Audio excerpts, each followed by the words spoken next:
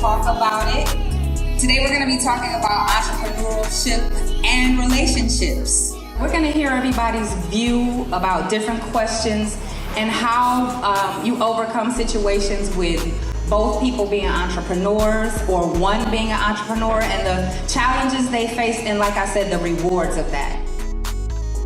Talking about your business and your relationship, you need to know when to separate it. Mm-hmm. So when you have peace, you're able to love intentionally. You're able to love unconditionally. You're able to see the person for who they are. Being comfortable in yourself and helping people to see what I see in them. We figure out a way, and we fit, and we're just there for each other. So I need this from you right now, and I have no problem verbalizing that. You don't know what you need in that relationship until you got somebody who got you. When you don't even know when you need to be got. Wow. You feel me? She supported me, I support her, you know, whatever she want to do. If she a boss, I'm a boss, right? Never deplete your soul allowance and your soul bank, right? Doing things that do not excite you and bring you joy. Life is too short for that. 2, 1. Welcome everybody to the Pull-Up Experience, second edition of Let's Talk About It. I'm your host and moderator, Nakia Hudson, and owner of 2U Wines right across the street, 4425 Mayfield Road, and a member of the Pull-Up Experience as well. Thanks everybody for coming out. We're super excited about this edition. Today we're going to be talking about entrepreneurship and relationships. We're going to talk about the struggles and the rewards of those things. And we have a variety of guests today. I'm going to introduce the guests to you. To my right, to my left, get it together. To my left, we have a founding member of the Pull-Up Experience, Miss Markita Eddy. She is a Cleveland native and HBCU valedictorian who is now a sales funnel strategist who teaches starting and stagnant entrepreneurs how to build targeted lists and grow their businesses through organic marketing. She is absolutely amazing, and that memory, once it's in, it does not come out. I bet she has something on all of you here. Her company, Benefical Business Assistance for Entrepreneurs, provides her signature KISS. Keep it simple solutions that are fun, flirty, and factual resources to help entrepreneurs get out of their feelings and in their bag. To date, she's helped over 2,000 people monetize their social media accounts and 72 people reach their first six-figure mark in business. In addition, she is the co-founder of the Pull-Up Experience, Cleveland's premier entrepreneurial elevation group for interviews and events. And to the right left of her is Charles Campbell. He's a God's man with many hats and tools. A father, life partner, creator, and serial entrepreneur. Despite spending his young adult years in prison, he was able to pave his own path to success, starting his first company in 2018. He was able to hire 200 plus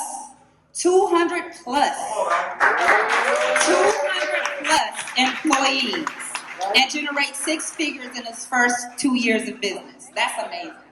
That is amazing. He has invested in a wide range of businesses, products, and people, and looks to continue to expand his portfolio and brand.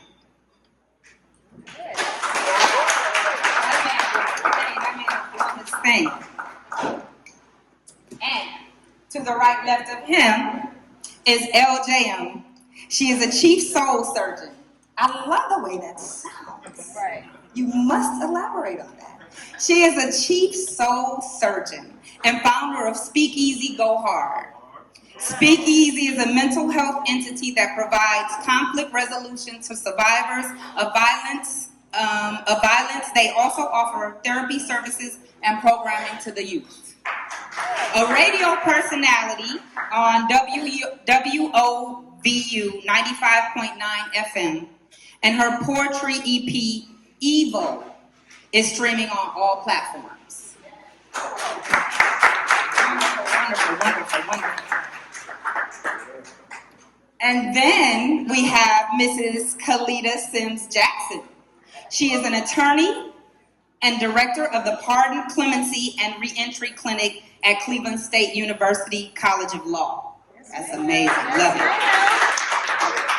Big business up here, y'all. Big business up here.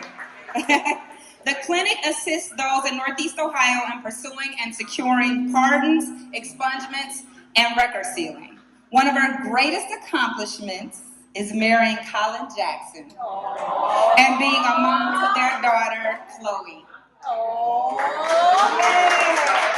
It's all about relationships, y'all. It's all about relationships. All right. And to her left is Mr. Colin Jackson himself, her husband. He is the president of Urban League of Greater Cleveland. Yes. This man is a passionate speaker. This is his second time on TPUE's panel. And I know that because when he got up here, he knows his business. He knows what's good for our people. He can lead you in the right direction. And he's just an amazing speaker and an amazing person. And this is his second Let's Talk About It panel discussion. So we are happy to have him back. All right. Now. Who is that? Next to Colin, I tried. I really tried. It was just too much. It was too much. So what I'm gonna do, we have Mr. Philly Weeden. Everybody. We have Mr. Philly Weeden in the building to discuss relationships. If you follow Mr. Weeden, which I know we probably all do, you know that he has his say about relationships and, keeping people together and questioning, things that are not right and things that are right. But what I'm going to do is let him introduce himself. Listen. This is 2 pages. This is 2 pages. So I'm going to leave that all up to him. I must. I mean, he has his hands in a little bit of everything in the community. He's a staple in the community. We all know and love him. And I just want you to talk. What I want you to do, we know who you are. But what I want you to do is talk about what you're doing right now. Some of the things you're doing right now. Some of the things that are important to you right now. Check. Okay.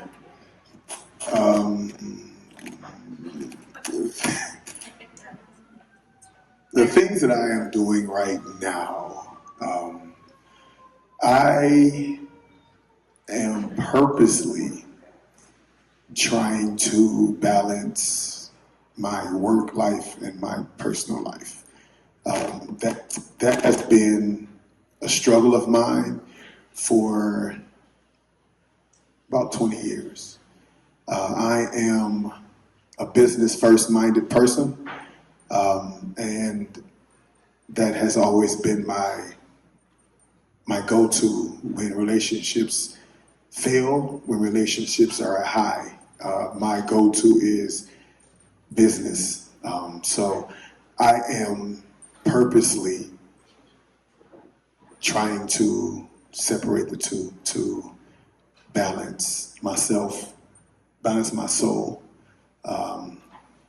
because I just love business. I love the fact that I'm able to use my gift to help people.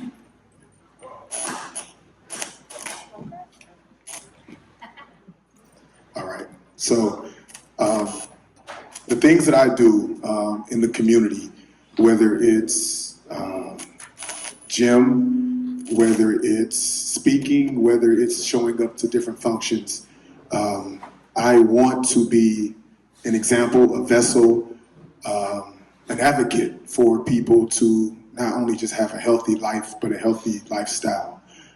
When it comes to spiritual, when it comes to physical, it's definitely emotional. So everything definitely intertwines and works with each other well. We just have to get to a place of that type of healing to know. Yeah, so, yeah.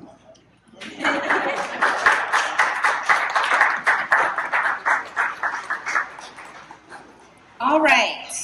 And last but definitely not least is Miss Butter.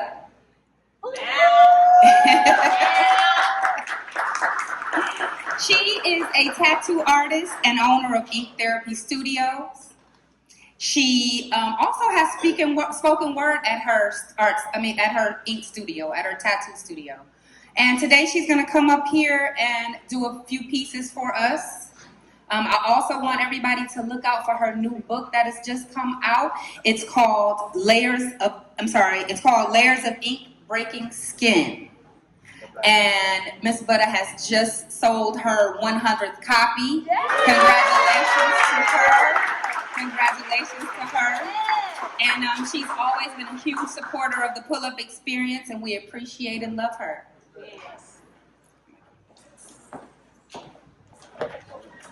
Hey everybody. That's my cousin, y'all. That was crazy. You'll learn that story later, but that was crazy. We didn't know each other at all. She walked into my shop and seen my grandmother and was like, oh my God, why do you have a picture of my grandmother? So that's my grandmother. It's my cousin Sam. I'll start you guys off with one piece and I'll revisit this a little bit later during break. This is from my book, Layers of Ink, Breaking Skin. I do have them on sale in the back if you would like to join me in my journey and be interested in my spoken word. This one I will read to you guys today is called Dear Future You. I am so relieved to meet you. I'm that woman that was on your vision board. Checked every box on your list of what you got on your knees and asked God for. Gone through our mistakes to clear the way so that we become couples goals outsiders are looking for. No need to have a question to take love scores. Know that you will be mine and I will be yours. Come to me with all your worries so I can be the pillow where you lay. See, together we'll take them all away. Show you how to become one. I'll be the moonlight in the darkness, and on a cloudy day, I'll be your sun, the air in your lungs. Come close and just breathe deeply in. Do you feel the love that filled you? Take it all in. I will be by your side as close as your rib cage, the best decision that you made. Like your favorite cellar wine, you'll only love me more in time. Our soul ties will be tied, intertwined through the lines of your veins, making you high. I am your cocaine. Try not to get addicted. I want you to want me, not need me. See, it won't be easy, but pleasing. I'll support you wholeheartedly by encouraging, feeding you, soul cooking. I'll be your steroids to your mental, consistently pumping. I know you're nervous and used to running, but take off your shoes. Feel me spiritually. Sit tight, grab your pen, turn on the light. I'm that final chapter you've been waiting to write. See, with me, your other past won't seem to exist. When you stare into my pupils, you'll see just where your future sits. I'm rare. I'm your complete solar eclipse. I know you prayed for me, because I prayed for you too. We're going to hit new levels with what we're about to pursue. See, I'm that spark to your kerosene. I'll please you more than just sexually. I don't need to convince you. It's going to happen naturally. So your mind and your heart will finally agree. Your soul will be at ease, and now you can exhale. It's safe to say you love me. Thank you.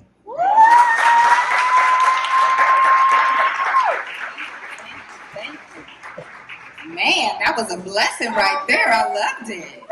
Thank you so much.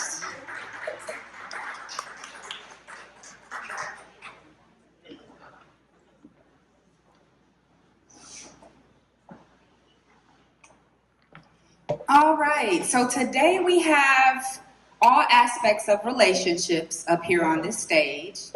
We have a relationship and life partner situation. We have a marriage. We have singles. And we have another relationship.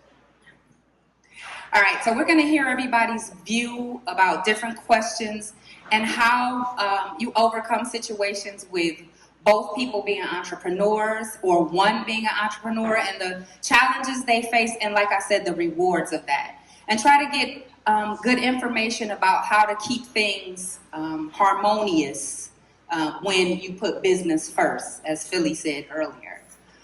So I'm going to start off with some questions for each of you.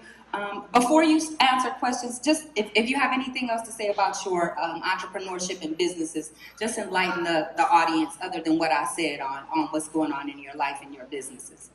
Okay?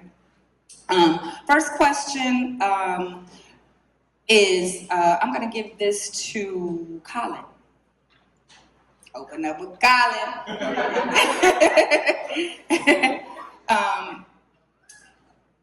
What have been major milestones in your entrepreneurial journey? So, It's still kind of low.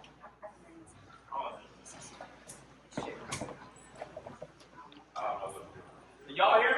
Yes.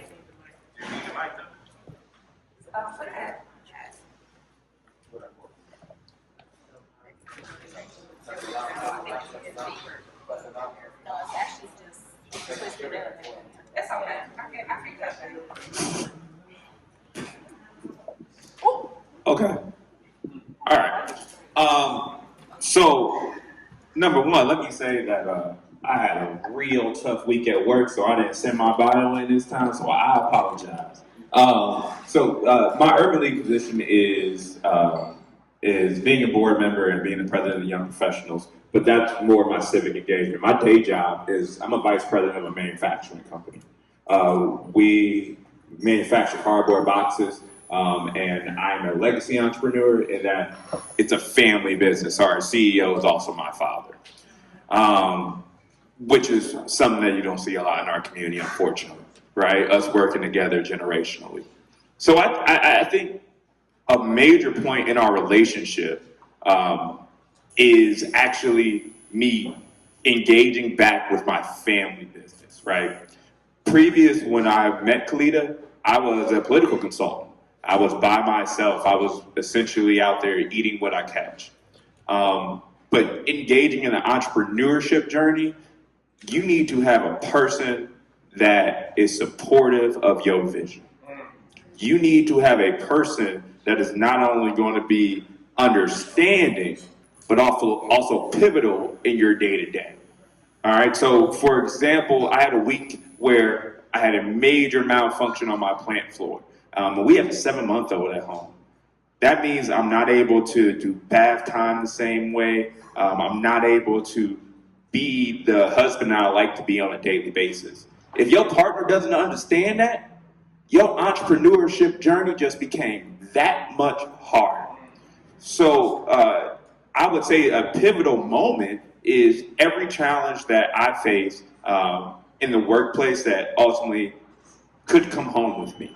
And coming home has to be your safe place and your place to recharge. So I think that is one of the biggest moments for me, is seeing that this person is a partner, not just in the business, but also in their personal journey.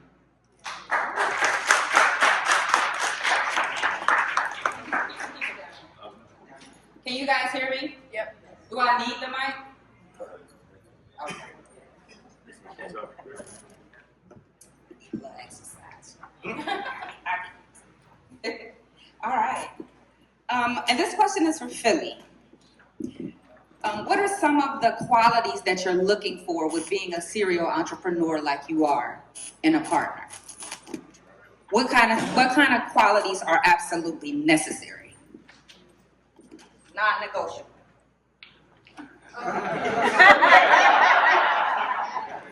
I just said that one, boy. Man. Okay. Non-negotiable for me. All right. Man. So I have this rule that I developed in my relationship in 2013. And I felt like she wanted me to pick between my business and my relationship. And that didn't sit right with me, right? Because the type of businesses that I run it involves me, right? So when you give me an ultimatum like that, I feel like you're making me choose. And if I have to choose, I always say to myself, don't make me choose. Because if I choose, it won't be you, right? No matter what the relationship is, no matter how things are going, if you make me choose, it'll never be the relationship because in my business dealings, right, I pour so much of myself into that I'm invested heavily in that. I believe that what I'm doing is what I'm supposed to be doing. I believe that my purpose is the things that I do. So if you make me feel like I have to choose, I'm going to choose my purpose.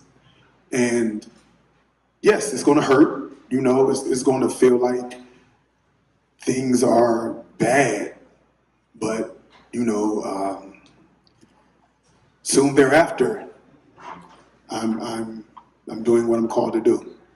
And you know, a lot of relationships have failed because, again, and it's me as well. I'll never say that it was the person, but it's also me and not wanting to give, you know, in certain instances where, you know, the relationships I've been in has been very demanding, right? They want more of the status than more of the person that I am. And the person that I am is not the person that my status says, right?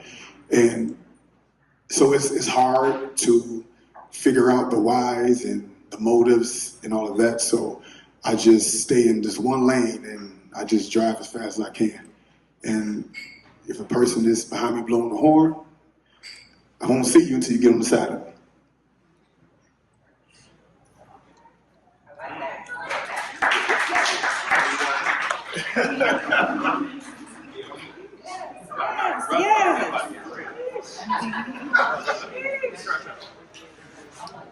All right. I really like that answer. I like that. All right. This question is for, let's see. I'm going to go with Cam. Cam and Elle. You can both answer these questions. All right. What strategies do you guys use to ensure quality personal time despite your busy schedules with your businesses?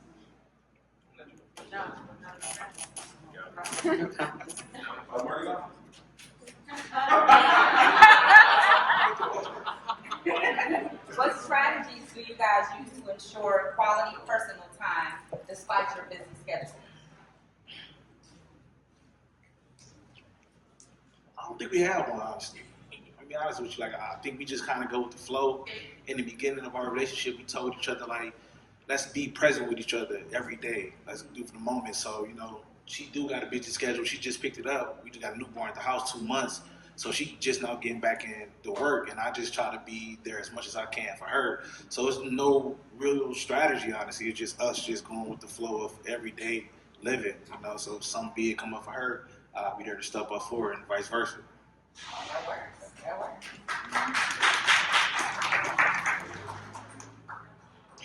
It's him for me, but what'd he say?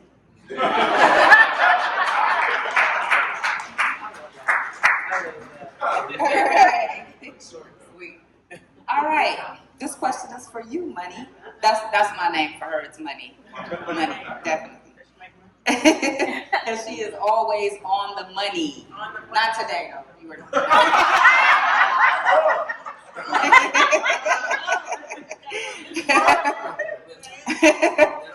All right. For you, Money, what are some of the biggest challenges you faced in balancing your individual business demands and being available to have a personal life, dating, What are some of the issues that you may have come across? So first is time management is an issue because everybody wants your time. Being a partner, being a mother, having however many entrepreneurs under my belt at one time, everybody wants individualized attention. So you have to be intentional about making people feel as if they're the only one, even though there's so many moving parts. Another challenge I specifically face when it comes to relationships is not always dealing with people who are healed. Some people want to come, you know, and they want you to fix them or they want you to build them, which is cool. But in that, they want you to do more work than them. So for me, I need a partner who is very healthy, you know what I'm saying? Not just physically, but mentally, where you're not, spiritually, you're not in competition with nobody because you know it's you. So being able to understand that when we're together, we're complementary, not competing, because it's always going to be us versus the problem, not us versus each other. And if you're too busy trying to get to where I am, you'll lose sight of where we're going because we're not staying here. We got so much more. So being comfortable in yourself and helping people to see what I see in them. Because I saw it in you from jump. That's what attracted me to you. And sometimes people struggle to see that within themselves. And like you said, I'm a strategist, not a coach. Like I'm not going to try to work off theory. I operate off of, I know this is gonna work, so I need you to be there mentally already and just need the skills to do it. I can't get you there mentally. So yeah, healed is a big thing for me. All right. Let's get into it. All right, this question is for Cam and L and Khalida and Colin. All right, you both can answer, and I'll start with Cam and L. Have there been opportunities where your businesses have intersected, collaborated? If so, how did it work out? Oh, for real?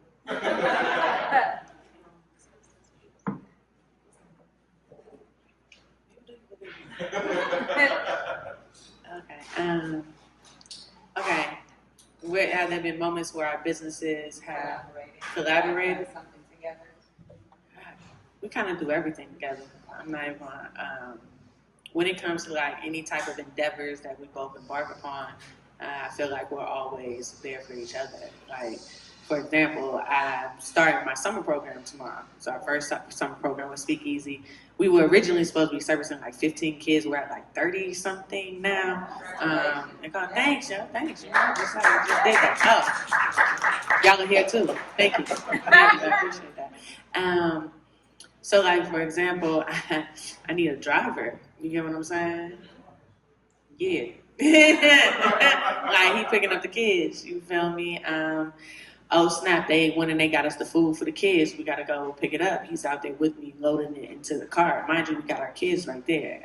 I've been to plenty of board meetings with my boardroom baby. You get what I'm saying? Granted, it's still a look, don't touch type of situation. But you already know, girl. And you know, people talk about that, but like you said, we go with the flow. We're both water signs, so it's real flowy, stormy, steamy. You feel me? Foggy sometimes. Like it's a whole situation there. But yeah, like collabing, we definitely figure out a way, like, and we fit, and we just there for each other. So yeah. Yeah, he collaborated with me in life. We have a beautiful baby boy. You feel me? This is working. Yes, Lord. Don't jinx it. Amen. Life. Okay. Radio voice. Thanks. In terms of our businesses collaborating or where our work ventures have collaborated, the Urban League has provided donations to my clinic. So now for people who are able to, for us to file motions, the Urban League has provided donations for us to file those motions. So it's at no cost of the client. How that started, we were on a work trip together for the Urban League, and being the person that I am, I'm just not going to sit back. I'm just going to take advantage of whatever opportunity I see. So I did that, and through the assistance of my husband, also partner, I was able to just secure that business deal. So that's Pretty clear cut. My wife is extremely humble. What she does in the legal field is just amazing. She's been a public defender on the local level as well as the federal level. And within the legal community, she has an immense amount of respect. So I told you guys that I was previously a political consultant. That was my gig. So a lot of times where we actually collaborate or get to working on things is her friends are candidates. Her friends are people who are currently asking for advice from a consultant. Those opportunities to do that, mind you, sometimes it gets tricky, right? When you have your personal relationship and your business relationship all in one and something go wrong,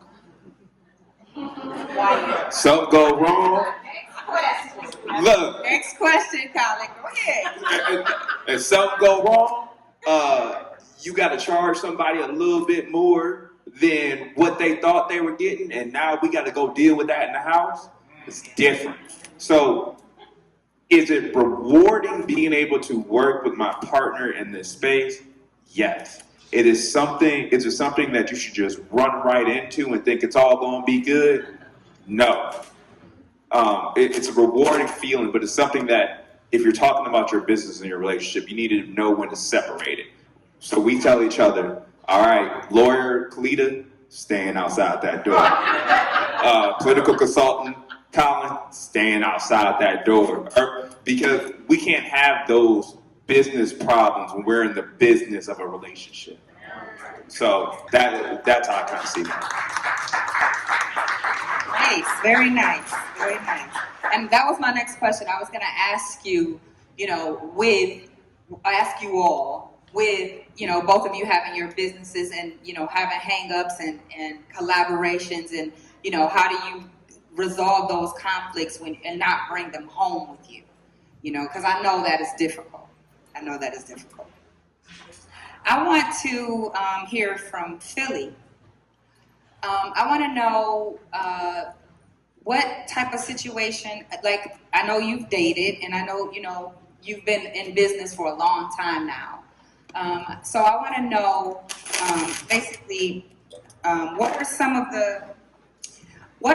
the things from dating and being an entrepreneur that you look for in the beginning? Red flags from the door. Red flags from the door. Because I know you were talking about, you have to make sure that someone is not looking for the person that they're seeing and that they get to know you personally and know that there's two different individuals, basically. Okay, well, it's a few things. One being over...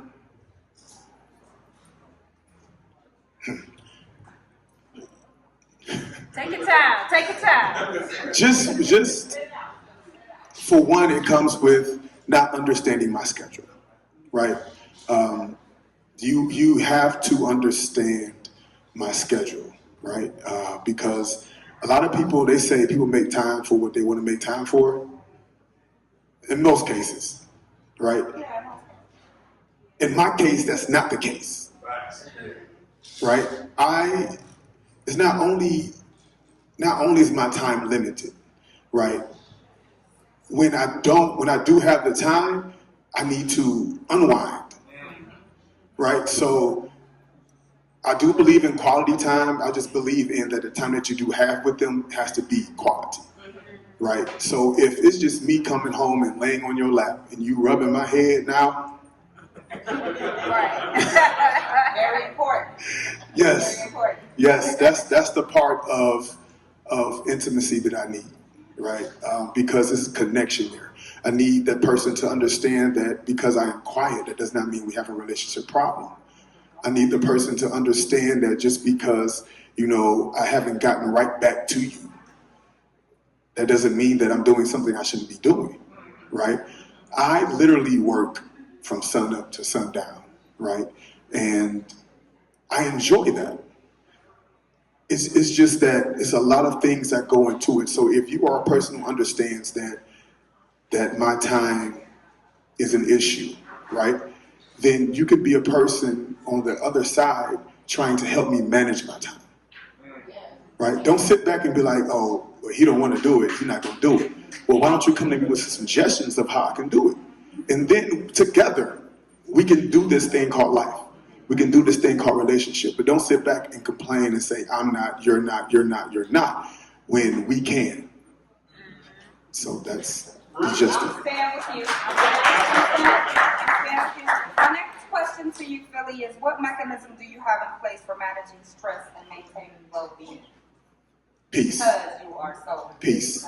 Peace. My peace is so valuable to me, because the things that I do in this world it involves me being creative, right? And you can't create out of stress. You have to have peace to be able to do things that you do in life, period. Because outside of peace is jail, it's another 48, it's snapped. You know, these are people who are not in peaceful situations.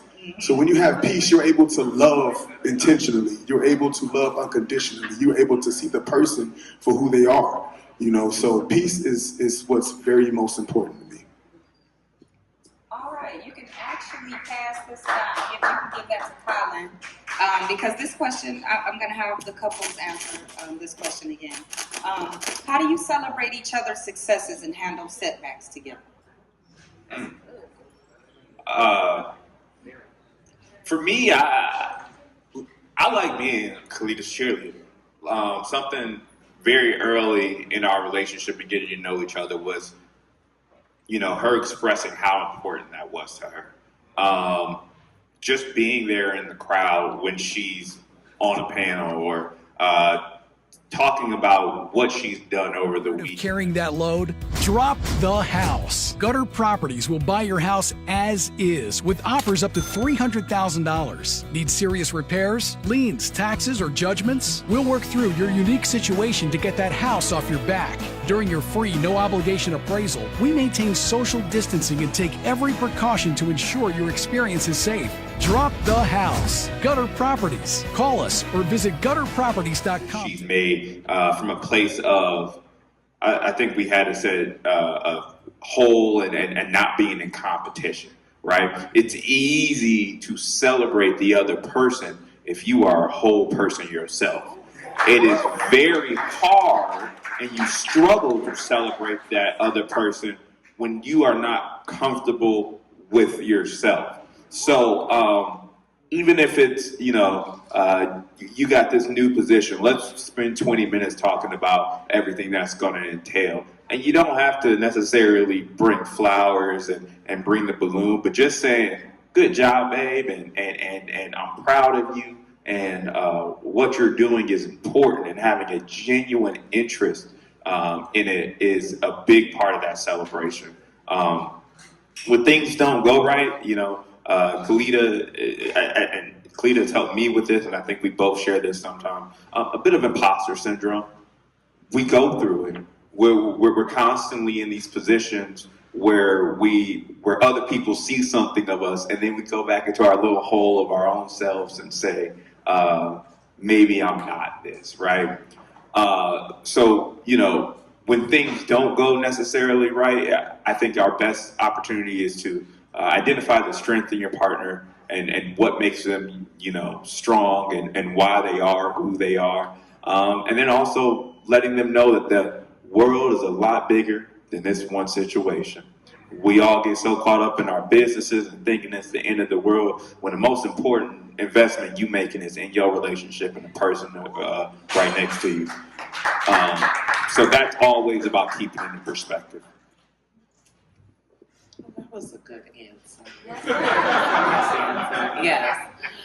One other thing, though, I just wanted to mention with that is, because sometimes, I mean, love languages, I think, is a big thing, too. I don't know if everyone's familiar with love languages. Gary Chapman, it's a great book. One thing that, at least that I've learned, is the love language that you give may be different than what you need to receive. So oftentimes I think I may need words of affirmation, or let's say I'm really good at gift giving, just being clear on that, knowing that of your partner, because I think that plays a big factor in terms of what they may need when you have a setback versus a celebration. Sometimes I've asked Colin, like, what do you need from me in this space? Because I could think, oh, let's have solutions, let's do this. And you may just want me to shut up. Like, you know what I mean? Or just, but I think it's important for me to ask that versus assume. And sometimes I may need that also with Colin. I think I may need to just communicate, I need this from you right now.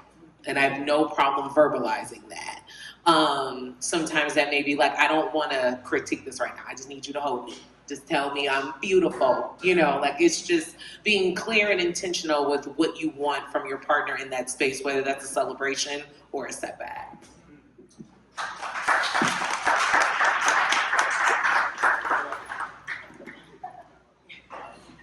I mean, but after that, I feel like this was a quiz we wasn't ready for. We should have asked for the questions ahead of time, right? I'm used to measuring breast milk and formula. You ask me. But you feel me? It's just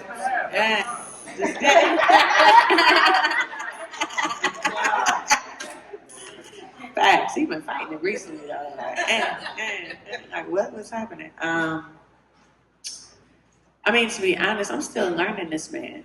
You get what I'm saying? Like, I'm still learning him. And you said it. You said it when you were like, sometimes you want to talk, right? And for me, I'm like, I'm the healer, I'm the fixer. It's like, I love him so much, I don't want him to feel nothing that ain't joy, happiness, pleasure, and bliss. You get what I'm saying? So when something is wrong with him, I'm like, yo, babe, what is it? What I gotta fight? What's up? Like, you get what I'm saying? And sometimes he's a Pisces. You get what I'm saying? If you understand what I'm saying, you get what I'm saying. And so he be needing time to process. You get what I'm saying? He be needing time to process. And for me, I'm just like, sometimes. And he's like, And I'm like, no. And, whoa. It becomes, I'm telling you, it becomes a thing. So it's like, I'm still learning how to like back off. You get what I'm saying? Let him process and let him be in that space. Sometimes for me, I think he does the same thing. You feel me? Like, he's still learning me. Shoot, I'm still learning me, especially after just giving birth. Like, postpartum is real, y'all.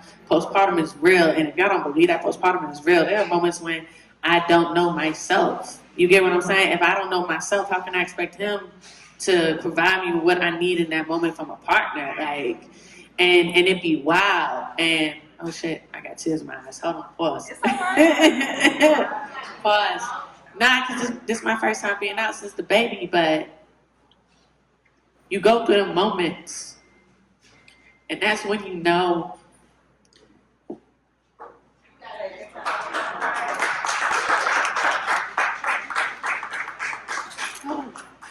He gave me that tequila, y'all. It's his fault. It's his fault, you know what I mean?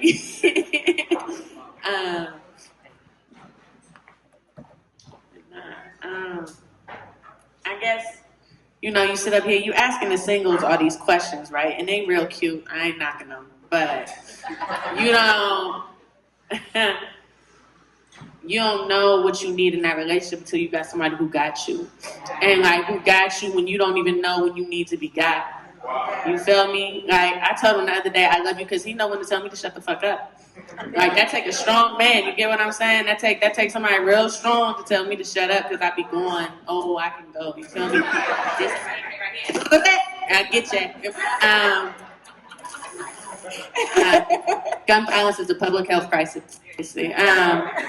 But for real, he's shown me things about myself that I haven't even known. He's been that mirror that I need, that reflection. But most importantly, he's seen me naked. He's seen me at a time when I haven't known myself. I didn't know what was going on. The world is topsy-turvy. I'm not in my flow. I don't think I'm glowing. he's been there, and the whole time he's just been turning me up.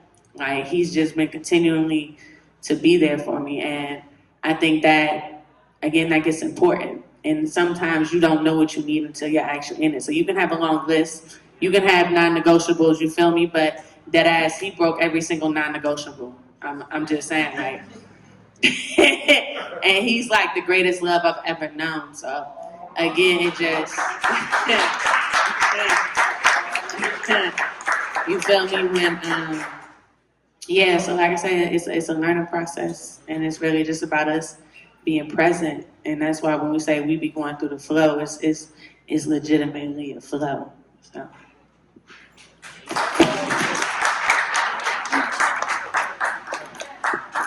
Follow all that, man. I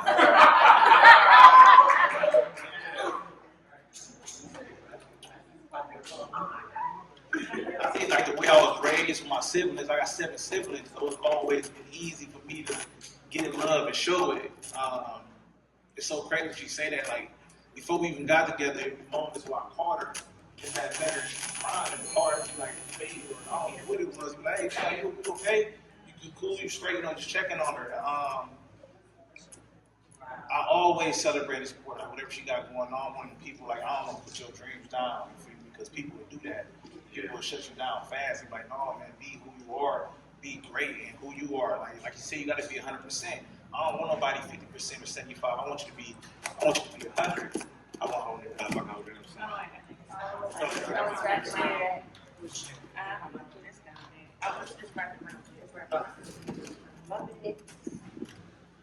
Hey, Brandon, I want to check for the video audio. Yes, sir. I got one right now. All right, that's a little bit better too. Yeah, I just try to celebrate her, man. She a beautiful, young lady, and I'm able to have the free time. I didn't mention it before, but me and my mom got 5 properties in real estate. So when I started the business, I came home 2016, 2 years. Worked doing a free cell phone campaign with Obama's, ended up catching a good contract deal, was able to employ employees from West Virginia to Cleveland to Columbus, as I had 200 employees. COVID hit, kind of shut the business down because we in sales, and it made me redirect like my whole training process, honestly. So when it hit, they're giving out PPPs and PUAs, so I'm like, what can I get that'd be tangible forever, right? Assets. So my mom like, let's put our money together and buy some real estate. Another thing you're talking about with collaboration. So when I first met her, I had my condo, she had her spot.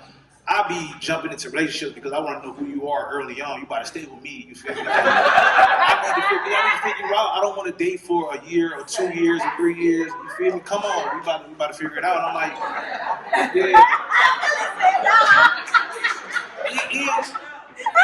You did. But I'm like, we together, we kicking it every day, we taking trips, we living, you feel me? We exclusive, we living. It's like, all right, you got your space, you paying your bills, why not Airbnb it out? We can make a residual income, we can keep coming in. Like, I was on Facebook the other day talking to this girl, and she was like, relationships shouldn't be 50-50, y'all niggas broke.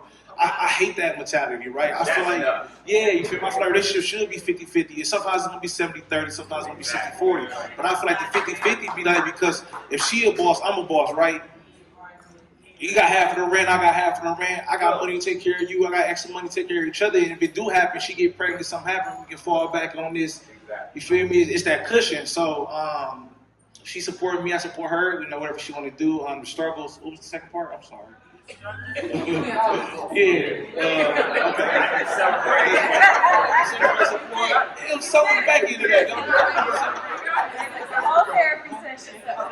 Oh, setback. No, the setback. Little simple setbacks. But I can't stand you at times when I love you. Real shit though, man. Like, we go through a lot of setbacks when there be communication. Like she said, like she be. And I'm one of the people, like, I don't like to argue. I don't want to argue because when you're in the heat of that moment, it always tend to escalate. So it'll be like, hey, man, like, go ahead, you do what you do. You go in your corner, let me go smoke my weed. I don't know if y'all smoke weed, but I unfortunately have. Let me go smoke my weed so I can get back to the center of me, right? And it be hard because she is who she is, right? And we got this perception of who we want to be with. Like, you gotta love me for who I am. The same thing with her. I gotta love her for who she is 100%. Yeah, that's it.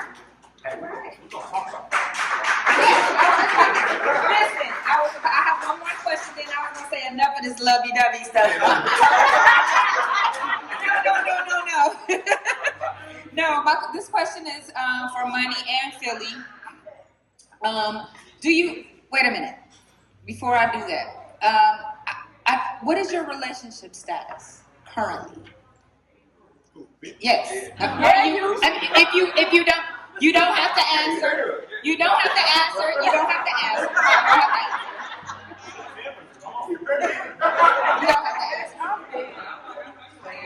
Okay.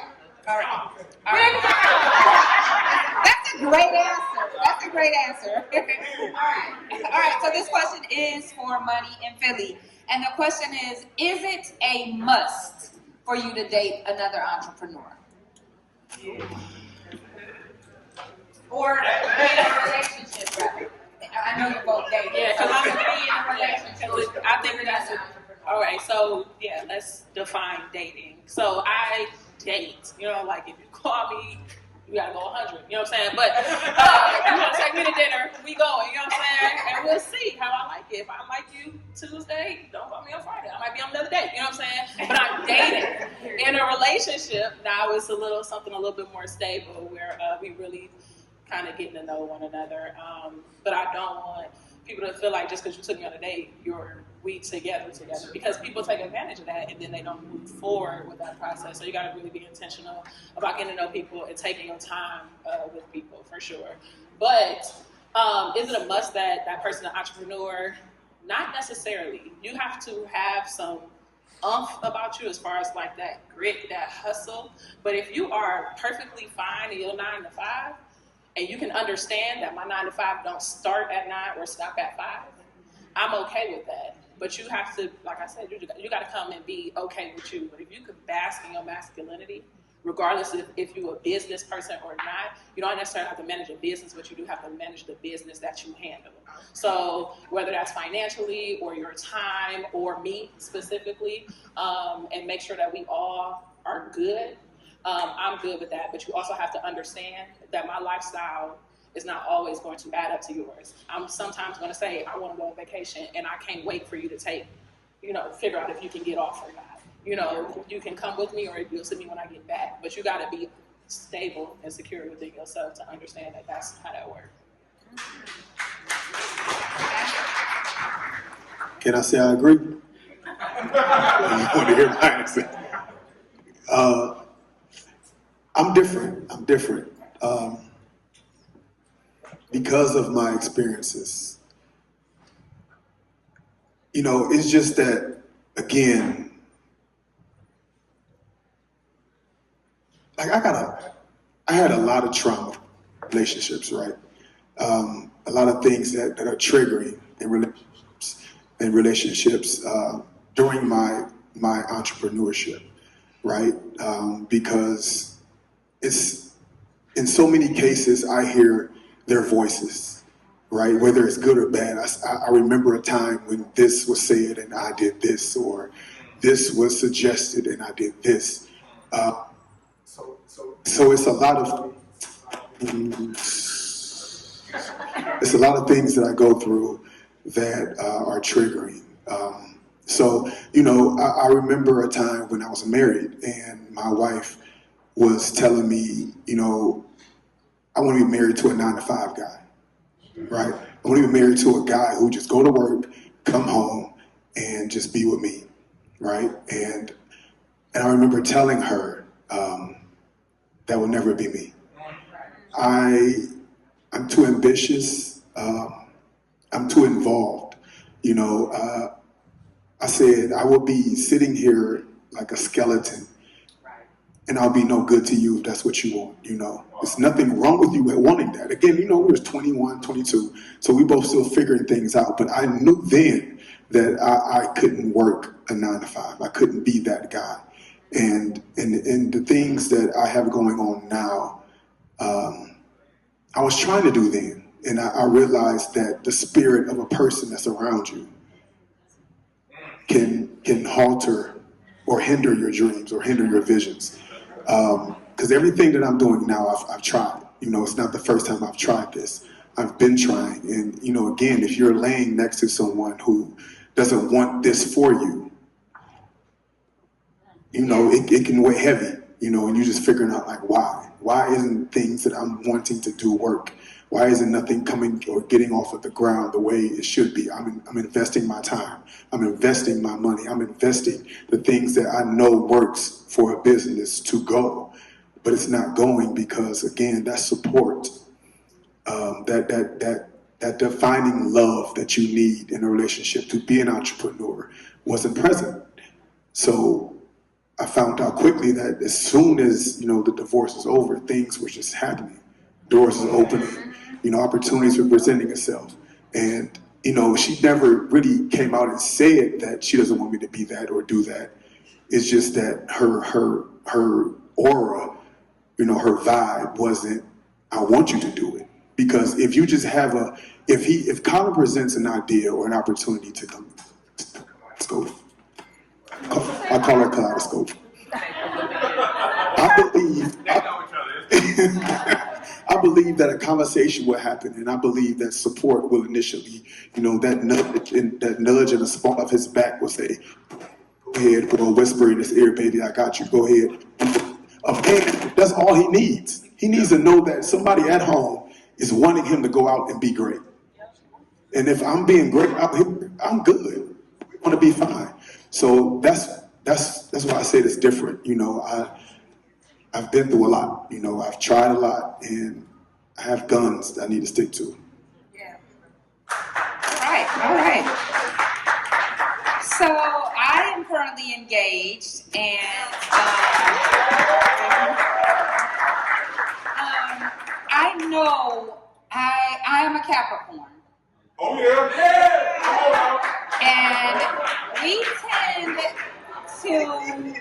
we tend to, you know, business is business is business, is personal is business for us. And I found myself in a situation to where my fiance has had to say to me, turn it off. Turn it off. We are having date night, and you have not stopped talking about who you want. Yeah. And so I want to know, you know, do you have those moments? And this is for the couples, but I know you guys have been in relationships where you've had, you know, while you've been entrepreneurs. So this is for you. What do you do when you want to just say, shut the hell up? Shut the hell up, and let's just, if you need to take some time, period. If you need to take like more than a couple hours or more than date night, and you feel like, you know, you're letting work drag into us, and we gotta put a stop to this for a minute. We gotta settle down. So I want to know from each of you for this question. What do you do? How do you do that? Do you do something spontaneous? What do you do to stop them? Or has that ever been a problem? Yeah. That is all. I found myself like, Can I get the mic too? Yeah. everybody can go. But I found myself like, for a minute, I was doing it for so long. Okay, look, I'm about to actually be, right, wait.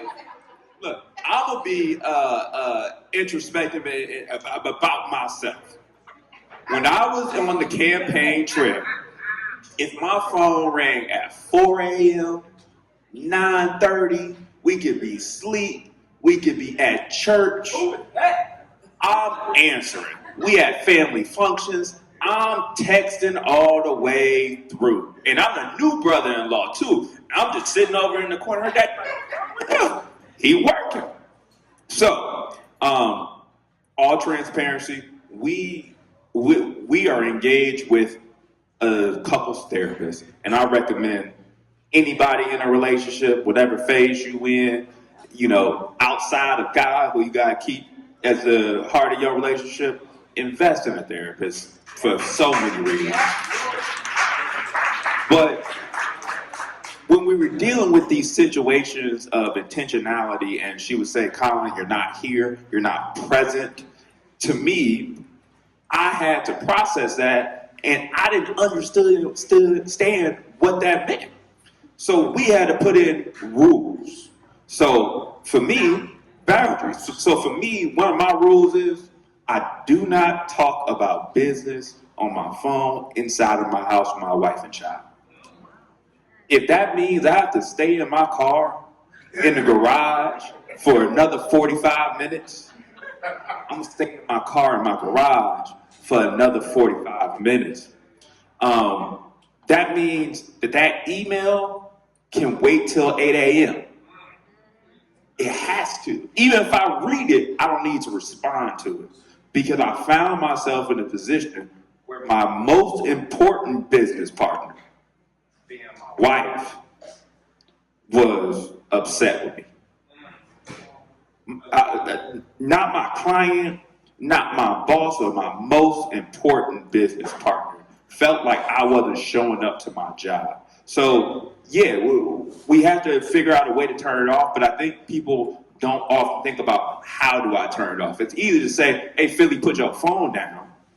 What would be better is, okay, between these hours on this day, can you schedule this out to not have to use your phone? And then that way the other person can be responsive to your needs. Because we all real ambitious people, and if you let us, we'll just keep rolling. What was the original question? Wasn't it? How we get you to stop talking about work? Oh, okay. Sure. I think personal therapy for me is necessary. I find that you have to have a good therapist or at least a safe outlet, a safe space. Colin cannot always be my sounding board. He cannot always be my filter because I understand that comes with trauma, right? And vice versa. I can't always be his filter because I'm dealing with shit I deal with all the time as a Black woman, as postpartum, and I can't always be your filter. You know what I mean? So I think work is something that, work is one aspect, right? Because if I vent to you, we're probably not just talking about work, right? We're probably talking about a bunch of other different things of what happened during the day. So I think it's not so much about shutting the F up. I think it's more so like, what do I have the capacity for in this space? And it could be like, babe, I know you want all of this right now. I got the capacity for 5 more minutes. 5 minutes. And so for me personally, it has been therapy has been helpful for me to give less to him. You know what I mean? Like, oh, I need you to figure this out for me. Oh, I need to do this and that. For me, I have my own personal therapist in space, so then that way I have my wholeness, and then I bring that into my home versus bringing whatever I have on my back for the day into my home. So then I'll shut the F up. You know?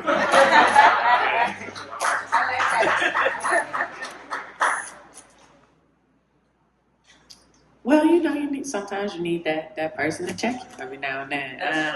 I mean, I'm not saying it's on a regular basis. It's like every rainbow moon or something like that. But so the question, what was the question? So the question is, how do you guys work out preventing each other from doing too much about work, bringing that too much into personal space, constantly talking about what's going on with your business instead of putting that time into your personal. Man, I think we both look at. If you do that. We don't do that at all. And I laugh because y'all have a nice setup over there. And we were saying like, oh, we don't.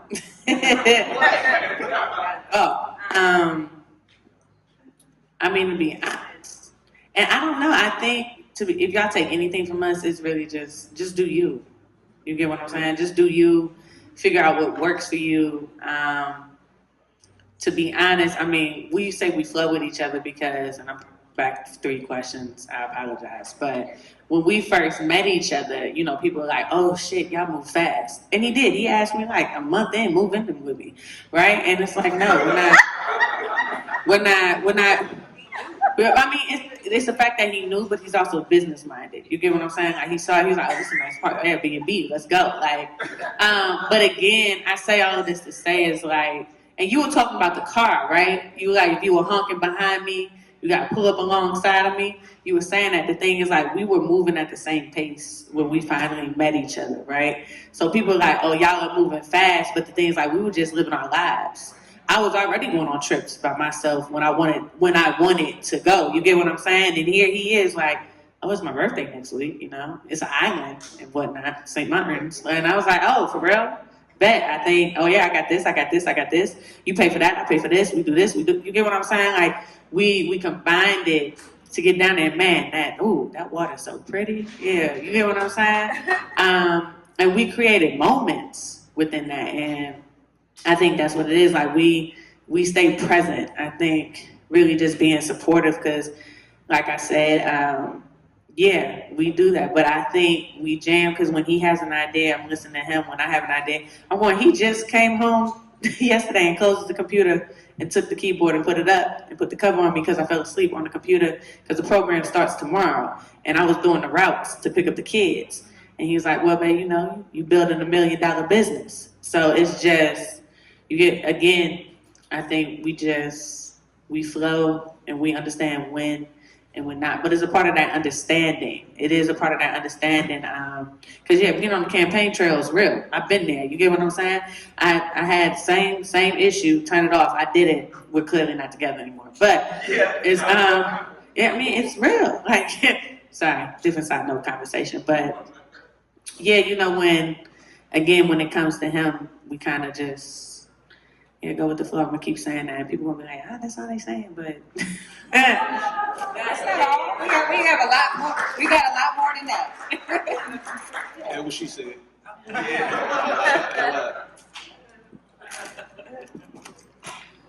All right, so the quickest way to shut me up, take notes because I'll never say it again, but the quickest way to shut me up about Beneficial Bay, for real, is to let me be heard. So the premise of my business is always the parallels of business and relationship, just because everybody get both.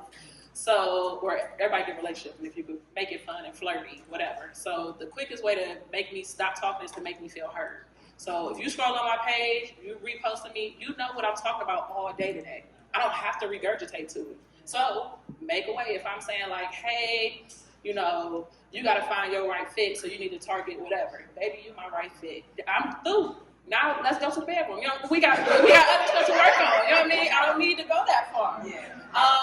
Another good way to make me feel intimacy is big on me. Physical touch, big. And understanding what my love language is at that time. So if I say I want quality time with my business and I'm talking too much about my business, your way to spend quality time is help me pack these orders.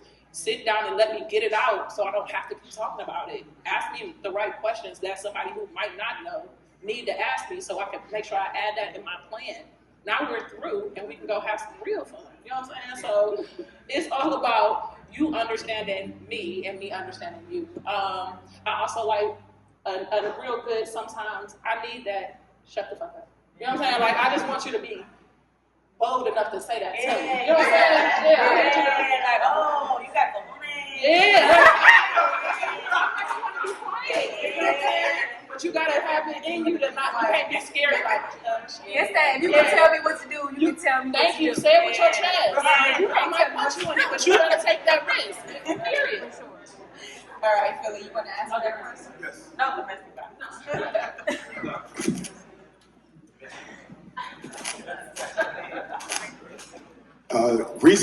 It wasn't until recently that I became conscious of my time that I spend, from work and personal. I used to be on dates and still working, and to me, I justified it as I gotta work, and it wasn't until, they would just be like, you gonna be on your phone the whole time? And then I know how to clock out. It just takes that because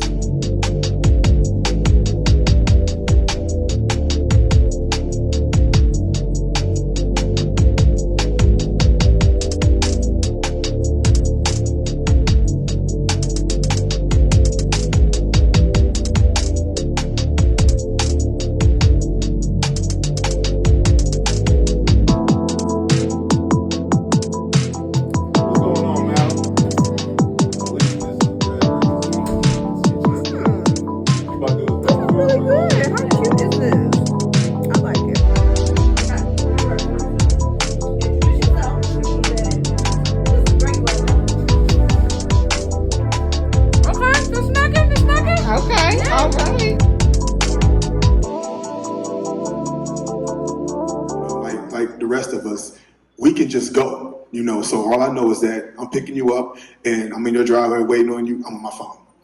You get in the car, cool. We put some music on. We get a stoplight. I'm on my phone. The light turned green. I'm driving. We talking. Stoplight. I'm on my phone. We get to the restaurant. I'm on my phone. So I know how that looks because it happened to me before. And I ended up having to say something. And it's just with me. Just say it. Just. Because sometimes, like I said, it wasn't until recently now that I know that, okay, I'm off my phone for the rest of the day, and I'll catch up to it the next day. I had to understand that every text doesn't need to get answered right away. Every email doesn't need to get a reply right away. Every phone call don't need to be answered. That used to be me, like, no, they call in, so they got something for me, but if it's for you, it'll be for you, so.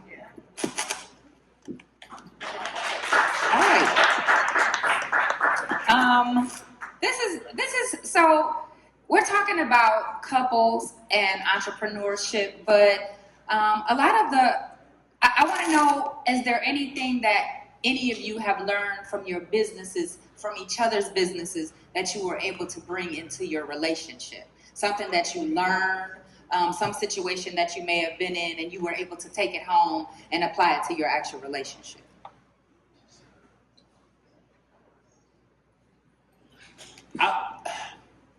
So, I don't know if you guys have been paying attention to politics lately, but sometimes politicians end up in court.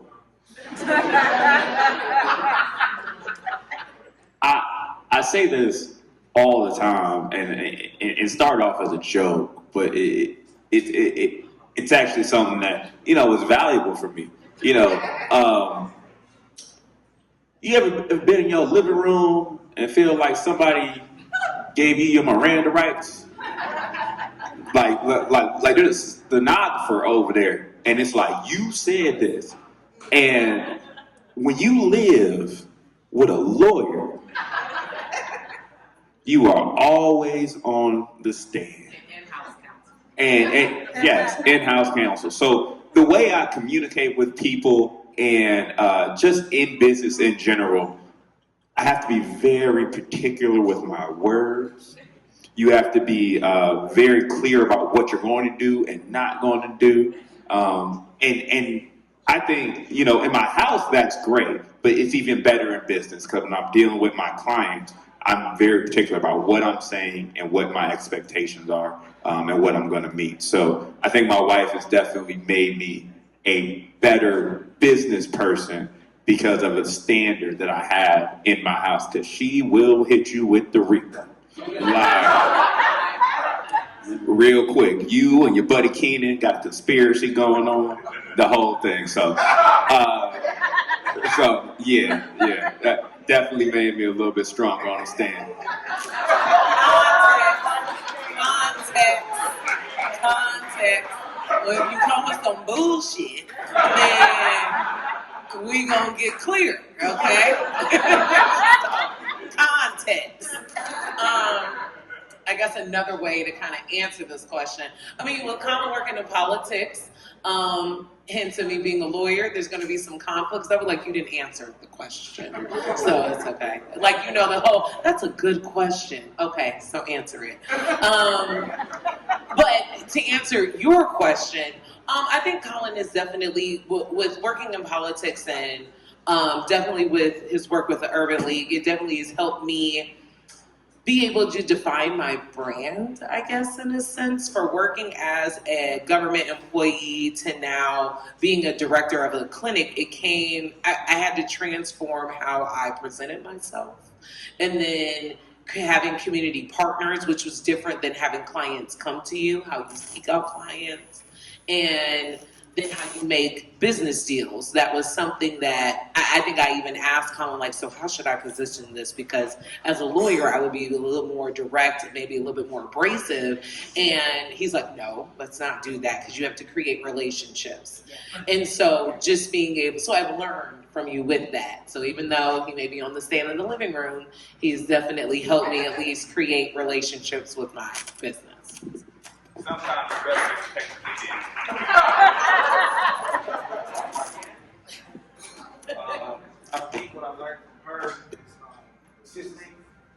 come to your biz, like, 6 years now. Can you hear me now? Okay, it's a little bit better. Okay, yeah, I think it's the mic. I learned consistency from her. I'm a serial dater, relationshiper. I be in and out of relationships. This the longest I've been in, honestly. Like, just being with her, taught me so much about myself, and to really fight for it and be there. Like I said, seeing you with SpeakEzie for 6 years was like, you really gotta invest in yourself and really give it your all. Like, I seen a lot of ups and downs with her, from working in DC. So she in 3 different cities. She in DC, New York, and Cleveland. So, just watching her, the grind, like, we gotta go to DC, turn right around, we gotta go to New York, turn around, we gotta go to Cleveland, you feel me? So that's what I learned from her, like, no matter what, just keep going, because, shit, this year gonna be a $1 million year, right?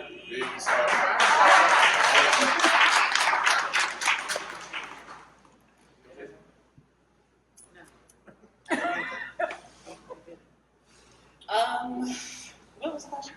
The question was, from having each other's businesses, what is something that you may have learned from a person? Boundaries, and then how necessary they are. So in business, we always say, like, the turn off, you know what I mean? So, like, when people take advantage of you, especially if they family or friends, and you have to have boundaries, like, hey, we want to meet. Okay, perfect.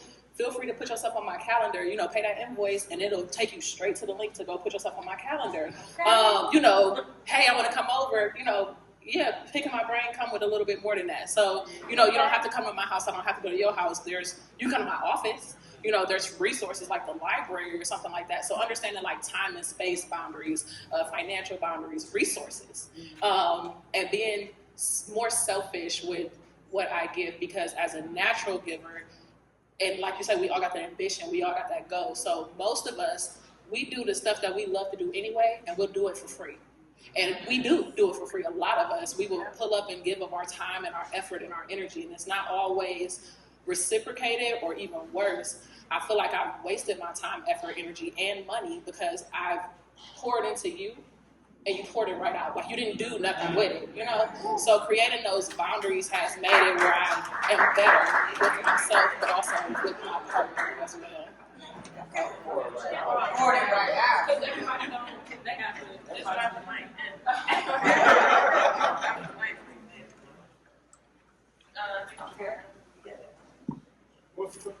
The question is, whether you were in a relationship or dating someone, is there something that you may have learned from them if they were an entrepreneur that you could actually apply to either your business or your personal life?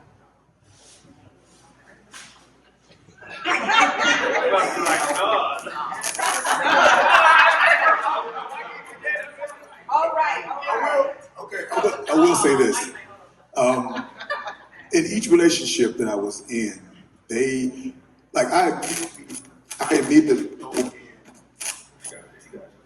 I immediately go into the relationship asking their dreams and ambitions, right? Because I just believe I'm pro-entrepreneurship, right? So I believe that everybody's working a 9 to 5. That isn't what they really want to do, right? It's just that, again, it's just that they haven't received that supportive partner that is needed, right? In each of my relationships, they have started a business, right? Because that's what they wanted to do, and my goal was to see it through for them, right? And I mean, it's good to say that they're still operating business, so yeah. I ain't got nothing.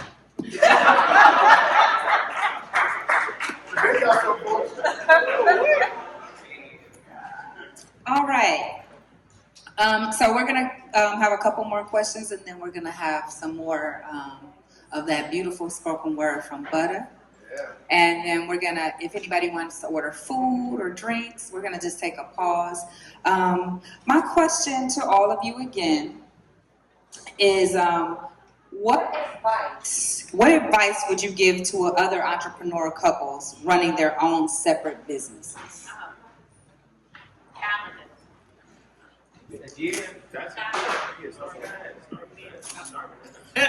You need a calendar. Yeah, you need a calendar because calendar and communication. C squared. C squared. And I say that because he said it, you know. I took a break. I think I went on maternity leave. I was like 5 months.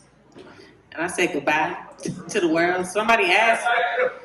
Nah, I mean, it was needed. It was needed. You feel me? Like, I mean, yes, as men, y'all, as men, y'all do not give birth. You do not and have never, and I mean never,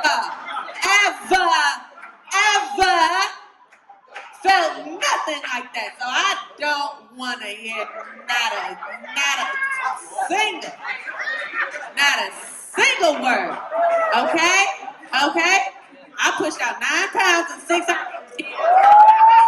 So no, I don't. No, because I say that to him at home all the time. And he be like, you pushing out 9 pounds in 6 hours. Oh yeah, that's your son.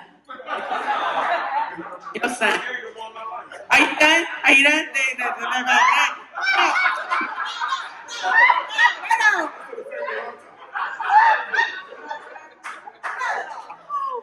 No, but seriously. I don't know what this. Yeah, calendar and communication. Thank you. Your brain was kicking in. You're like, where's my food? That's what I'm thinking about. Yes, calendar and communication. You feel me? You have to know your calendar. You have to discuss, and you have to communicate. Like we go back and forth. What do you got to do tomorrow? What do you have to do today? Oh, I have to do this and this. All right, I got them from this time to this time. Okay, I'm coming home. Bet we swap out here. Oh, I can come to the library and pick them up from there. Right? Like it's now it sounds like a mean game of hot potato. But the point is, it's yeah, we get it done. We get it done because we're both entrepreneurs. We both moving. And we both got things to do. Like he's right now in renovations and contracting on his building. You get what I'm saying? Like one contractor's a good contractor. It's hard to find. And I'm really just getting that work done and moving like that. So we both have like really big projects on our plate right now on top of having a newborn. So yeah, it's really about that calendar and that communication with one another and understanding that everybody is tired. One person ain't really doing more than what the other is doing, but everybody is tired and they are tired within their right. And what everybody is doing is of value. You get what I'm saying? Like you have to hold that respect. You have to, even if he rig some stuff for him to fall asleep while he feeding the baby at night. You get what I'm saying? Like you have to give them that time and that moment. So yeah. They don't have nothing there. Okay, keep us. Oh, keep this mic. All right. So we asked this question on the pull-up experience to all of our guests. I would like to know what legacy, both personal and business, you would like to leave behind. What would you like for people to know you for? This is the last question, right?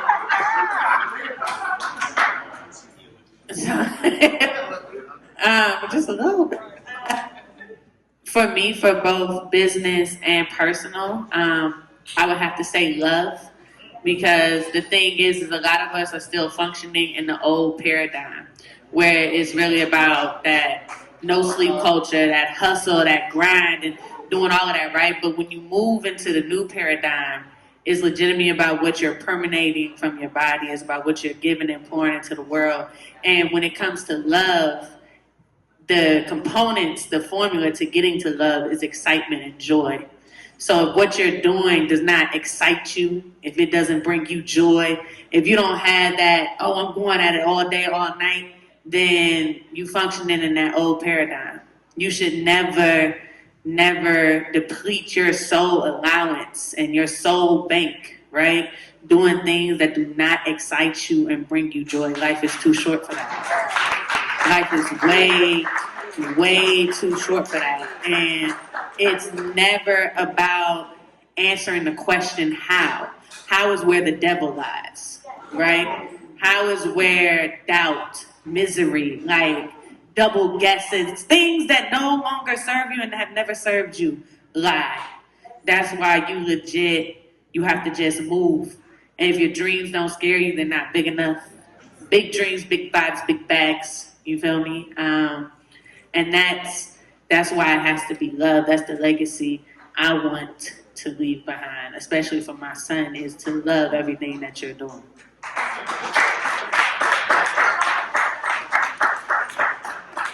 Hand me the mic. Okay.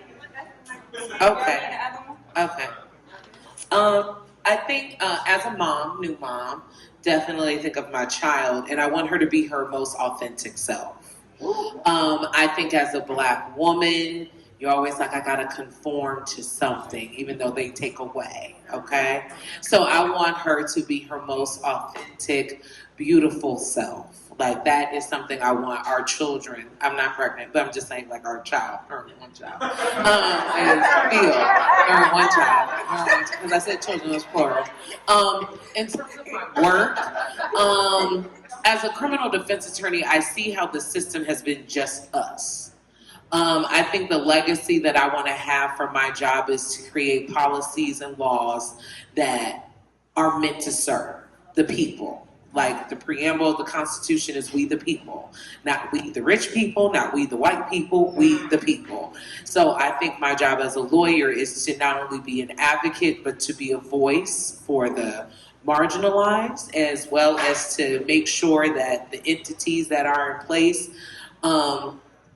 do what they're supposed to do. So I think my legacy as a career is to ensure that the laws are meant to protect the people and serve the people.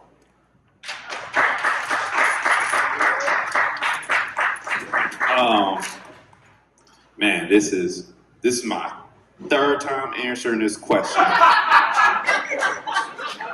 No, I know the answer. But every time I get this question, I just get reminded how much your position in life changes what you want your legacy to be. There was a time in my life that if you asked me this question, my only answer would have been about business, and it would have been about particularly politics and the impacts that I wanted to make, and that would have been my first one. But now I start and end every conversation about legacy with my wife and my daughter. Number one, everything else is a mechanism to serving the betterment of those two individuals. So I want my daughter to be everything her mother is. I want my daughter to be strong and independent and know that she is able to do anything and all things as long as she keeps God first in her life. And that's critically important to me. Now, how that relates to the business and even being at the Urban League and being an entrepreneur where we employ tens and 20s of people in our community. I need her to live in a world where, and these are the taglines for the Urban League, if you didn't know, where we defend democracy, we defeat poverty, and we demand diversity. If you guys are not familiar with the Urban League, it is something that has a program for everyone. So everyone needs to actually get on the website, ulcleveland.org, and find something there, whether you're trying to start a business, grow a business, gain funding. That being said, for me, I want more people to be connected to those resources so we can do those things so it can be a better world for my daughter and your children. And thank you for letting them know what your position is at the legislature. Appreciate you. Business-wise, I want people to know that I gave it my all, and that I care. I care for the people.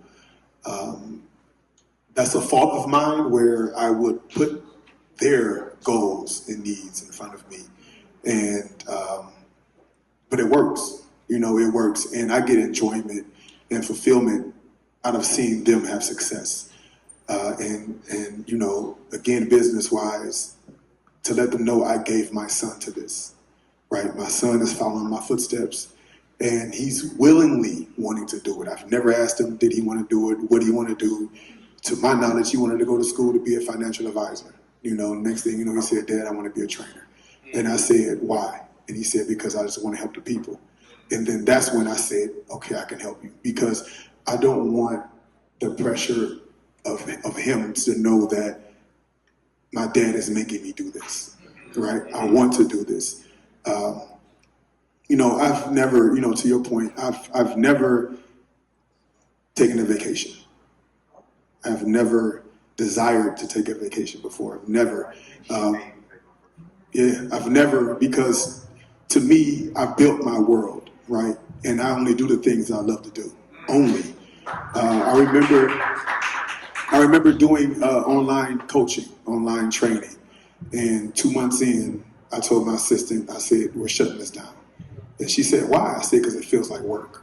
It feels like work. The things that I do, it is work to someone else, but I get love out of that. I enjoy seeing people every day. I enjoy helping someone every day. But online, I don't have a relationship with you. I don't know you. I haven't seen you. It's just me giving you things to do and for you to do it. Me trusting that you can do it. And that just feels like work. So I only do the things that I love to do, only things that I enjoy to do, enjoy doing. And I don't see a need to step outside of that. I don't see a need to step away from it. I just see a need to help the people. And that's where I'm at.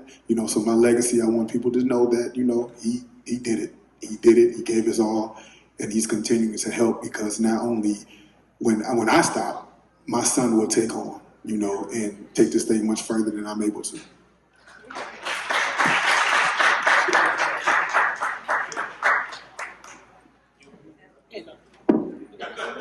He ain't got a message, because he gonna mess up, say something too good on me, messed up. Personally, I want my legacy. Y'all make sure this is in my obituary, because if not, I'm sitting up in the casket and scaring all of y'all. So, personally, I want my service to impact every relationship I have, whether it's romantic or platonic or whatever. I want them to be able to say she contributed significantly to my peace, my pleasure, or my prosperity, period. When it comes to business, I want to be known for, unapologetic, intentional elevation. So shout out to the Pull-Up Experience crew, Beneficial Way, and whatever other endeavors we continue to build and grow as we all are meeting, networking, and just spending some real quality time together.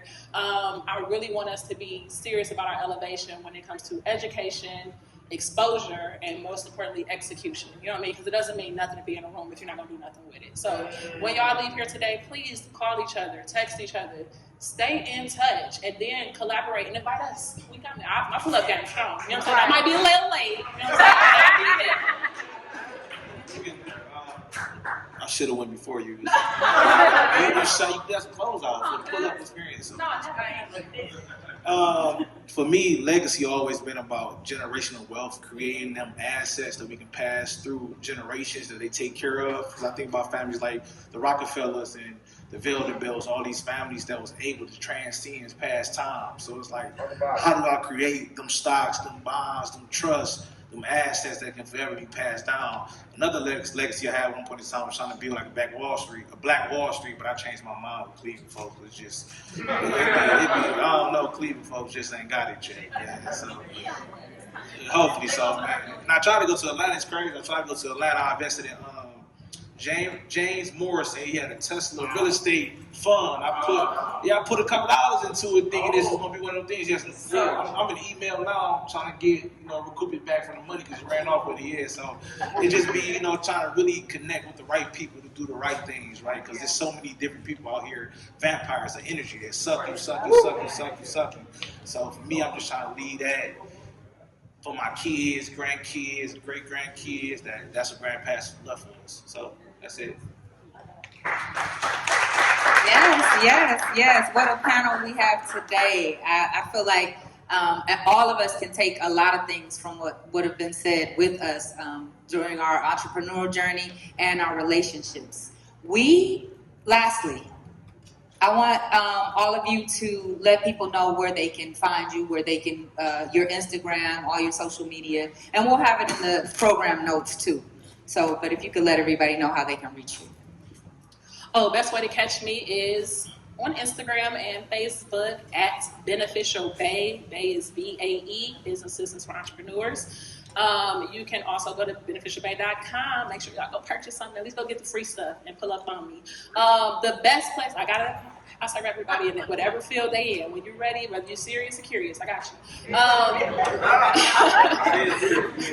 But most importantly, y'all, continue to pull up on the pull-up experience. We do have interviews as far as our podcast. We do amazing events like this, give you something different, safe, and more importantly, something that you can actually build with and grow with. So make sure y'all continue to pull up and support the Pull Up Experience. Y'all can follow us on Instagram if y'all haven't yet at the Pull Up EXP. We are also on YouTube. We are at 7.7 million views.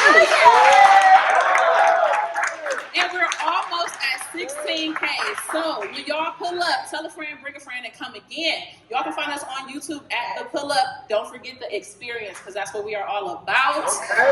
Yes, and if nothing else, y'all go across the street, 4425 2U Wines. I be on Mayfield every other week getting a bottle of Beneficial Bay Cabernet. It's the black room, so make sure y'all just save me one. The patio is open, slushy, wine slushies. It's gonna be a whole vibe. So if y'all really want to continue the conversation, pull up on us, 4425 Mayfield Road. I'm also here at the 4. Shout out to Rhonda and the crew. Make sure that y'all tip as much as y'all tip.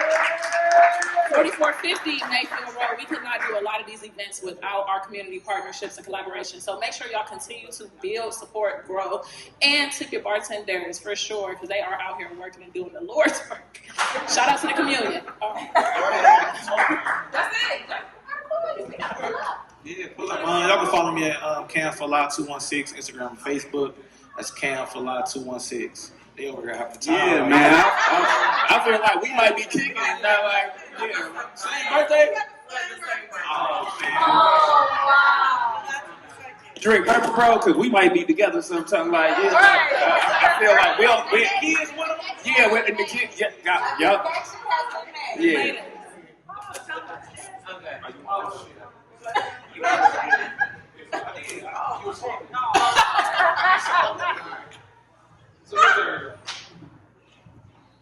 Somebody, this is the wrong circle for that. Hey y'all.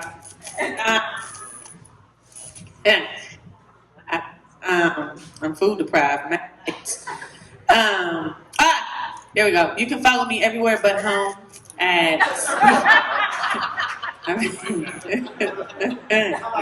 I lost them for a second. I had to bring it back. Be like, come on, son. At SpeakEzie.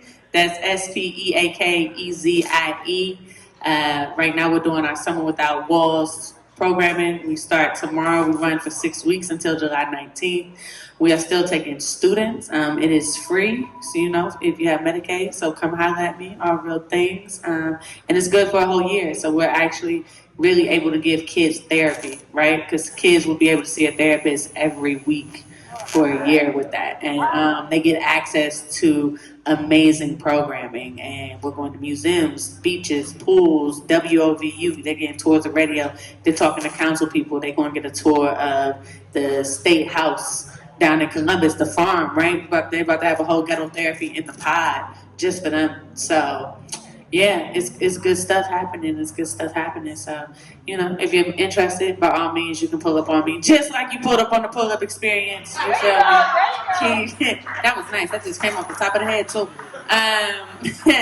So make sure you follow them. And yeah, thanks y'all so much for having us on the show. I really appreciate that. I'm coming to get that bottle, for real. Yeah, I'm coming to get that bottle. Go ahead, birthday twin. Go ahead, twin. Go on. We found out that we had the same birthday when she said a water sign. I was like, "Are you a Cancer?" And she said, "Yes." So I was like, "Okay." My Instagram is LawKSJ, but for the pardon clinic, because sometimes I do give legal advice online, but it's usually meant as a joke, so don't take it seriously. If when you work in criminal defense for 10 years, you're gonna make jokes. So it's CSU College of Law. Just Google Pardon, Clemency, and Reentry Clinic, and you will find my information. Yeah. Again, if you guys need cardboard boxes, look, boxes. International, you can Google that. We're right there in Collinwood off of St. Clair. Anyone needs employment, we're always hiring people. So that's one. Urban League Ready Cleveland, ulcleveland.org. Again, if I did not make it clear, there is programming for everyone from ages 8 to 80. If you need support with your business, we have an education and youth development department. We're doing college tours. We're placing young people. We're doing so many amazing things there. So again, ulcleveland.org. Definitely visit that. And my personal Instagram page was mostly just pictures of my wife and my daughter now. It's CTJ8222. It's not catchy at all. Maybe you can help me.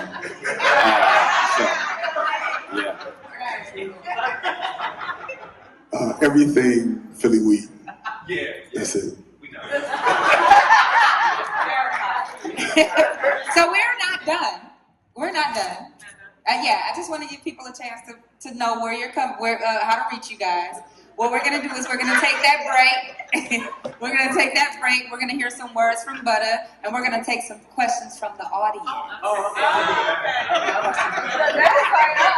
I thought it was still me. Working mothers over here. We got a breast pump, okay? Just Yeah, I want everybody to, like Money said, go order some food, drinks if you need to refresh your drink. We're gonna take a break. We're gonna listen to some words from Butter, and we're gonna come back and find out if any of you have any questions from the panelists. My book, if you like what you hear, hopefully you'll find something inspiring in my book. Also, using my cheerleading voice from the core, this Saturday, June 15th, downtown in Mossy, between, I believe it's going to start at like 1 o'clock, between like 1 and 4, I will be among some of the performers. There will be singers, some spoken word artists, and some dancers, I believe. It's going to be some really dope vibes out there for Juneteenth, so come check me out. All right. Yes, ma'am. And real quick, if y'all got an ear for me real quick, I would like to give you 2 pieces that I was requested to do. Has anybody ever dealt with a narcissist? Yes. You have? Okay. Then you might feel me a little bit on this piece. This piece is called His Words Were. So his words were, I've been looking for you all my life. I've been looking for you to waste your time because I said I'm ready. I'm not ready, so let me fuck with your mind. His words were, I want to show you consistency. Consistently not give you everything I said I would do. Let me pick your mind so I can find your deepest secrets. Wordplay the word love and use how your brother love me against you. His words were, come closer so I could whisper sweet nothings into your soul. Because I know you said you felt whole, so I think I need to break it down until you forget how to love yourself so you'll never want to let me go. His words were, I want to temporarily feel your home, stare into your eyes, hypnotize you past my lies. I tried to tell you my truths. I just made sure you couldn't hear them past the love making moans. My unwanted soul ties. His words were, but I love you. I need you. I love how you show me what I need to heal what inside of me bleeds. Fill me with the love I've been missing until your spirit is depleted. Because I feel stronger when you feel weak. See, I love when you need me. His words were, baby, please don't leave me. All I did was everything you asked of me. See, I gave you attention in the beginning to fog your decision making. I took you out to rope you in and spoke of your future plans because I know you won't ever take time to see them turn into action. See, I need you to stay with me. Blame it on my childhood and family. See, my actions is a result of my own insecurities. Who else gonna let me take so much from them and pour it all into me? Just be patient and wait for me to grow up till I finish running the streets. Because I can't take someone else take away all your worries that I work so hard to feel so that you don't have time to feel. Because with too much time, you might realize how much you love yourself and you happier without me. Yeah. His words were, I love you. I think I love you. I don't know how to. Shit, no one ever taught me. Besides, who? That's all you want to. Need to. Really pay attention to. Shit. Why do right when you make being selfish and greedy so easy? As words were, I'll do right. Well, one day. Well, eventually. When my heart gets broken and my childish games are no longer working and your self-love demands my attention, I'll then man up and stop pretending I'm not the only one who's broken and quit denying what I've been searching. Shit, her words were. Maybe next time I'll pay attention and learn to listen. Thank you.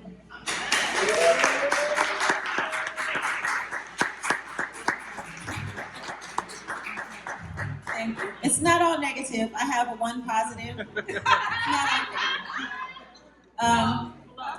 This one's a little bit softer. And despite the noise next door, I'm going to hope that you guys could kind of feel me through this. And it's called intimacy. Who else is a big believer in real intimacy? Real intimacy, not just lust. Can y'all hear me in the back? Intimacy. See, and to me, I need you to be. It's one of the best parts that you are with me. A man who proves to have more than that ability to just fuck and release. So you penetrate my mind with thoughts of things beyond what you see. You can articulate your feelings and emotions that don't involve just inserting yourself inside me. It's real intimacy. See, it's the important part that most of us seem to be missing. Like that long stare that sends up to connection. Like that moment when we're touching. Feels like we already kissing. Those moments when you holding me so close until our hearts start to match beats. The warmth of your skin connecting so deep into you, my body just sinks in the intimacy. See, I want those deep conversations so flowing, one of us knows what the other one is thinking.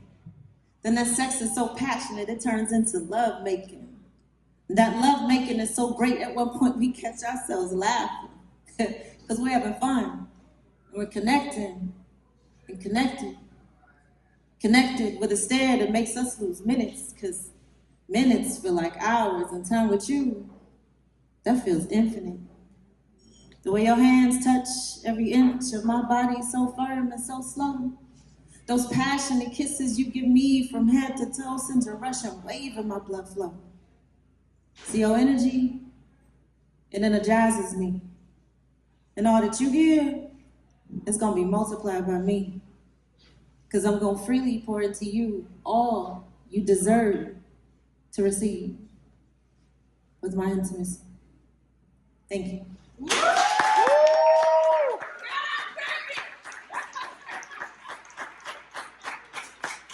Thank you.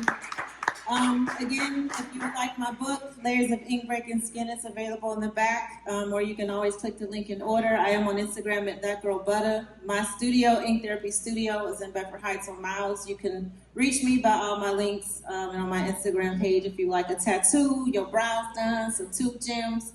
And I am currently on tour right now with Ladies of Ink, a collective of Black women tattoo artists, some of the dopest around, touring all the conventions throughout the United States. So, thank you for your support and thank you for listening.